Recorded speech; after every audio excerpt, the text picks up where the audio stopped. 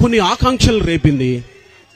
వాళ్ళ కొన్ని కలలకి మార్గనిర్దేశకుడు ఎవరవుతారని ఆలోచన రేపింది.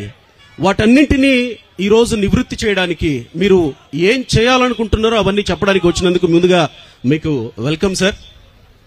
Thank you so much. అయితే ముఖాముఖి కార్యక్రమంలో ఇక్కడ ఏర్పాటు చేసింది నేరుగా వారి నుంచి ప్రశ్నలు వస్తాయి. మీరు నేరుగా సమాధానాలు ఇవ్వాల్సి వస్తుంటుంది. మీరు అక్కడికి వెళ్లి సమాధానాలు ఇస్తారా లేకపోతే ఇక్కడి నుంచి సమాధానం ఇస్తారా మీ ఇష్టం. వాళ్ళు ఎటువంటి ప్రశ్నలు అడుగుతారో మాకైతే తెలియదు. బహుశా ఇప్పటి వరకు మీరు ర్యాండమ్ గానే క్వశ్చన్స్ కి ఆన్సర్స్ చేస్తూ వచ్చారు. అతి తక్కువ మంది నాయకుల్లో మీరు ఒకళ్ళు ఇలా ర్యాండమ్ గా క్వశ్చన్స్ కి ఆన్సర్ ఇస్తున్నటువంటి. పరదాలు కట్టుకుని తిరుగుతాం, మా బ్లడ్ లో లేదు. ఏనాడు తప్పు చేయలేదు, నిప్పులాగా బతికాం. సో ఎవరు ప్రశ్నలు వేసినా దానికి సమాధానం చెప్పేదానికి సిద్ధంగా ఉన్నా. ఓకే, యాక్చువల్గా నేను ఒక్కసారి ఓకే, దయచేసి కూర్చోండి. లోకేష్ గారు మీ ప్రశ్నలన్నిటికీ సమాధానాలు ఇస్తారు.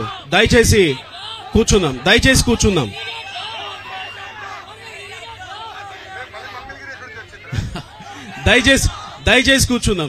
కూర్చుందాం. ప్రోగ్రాంలోకి వెళ్ళిపోదాం. నా ఎదురుగా కూర్చున్న లోకేష్ గారు ఓ ముఖ్యమంత్రికి మనవడు, ఓ ముఖ్యమంత్రికి కొడుకు. కానీ ఈ దేశంలో ఎవ్వరికీ జరగనున్నటువంటి అవమానాలు లోకేష్ గారికి జరిగాయి. మీరు నమ్ముతారా? లోకేష్ గారు అవమానాలు చెక్కిన శిల్పం లా ఇక్కడ కూర్చున్నారు.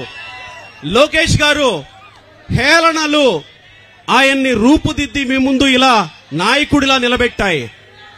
ఓ స్టాన్ఫోర్డ్ యూనివర్సిటీలో బోర్న్ విత్ గోల్డెన్ స్పూన్ ఎవరు ఊహించి ఉండకపోవచ్చేమో.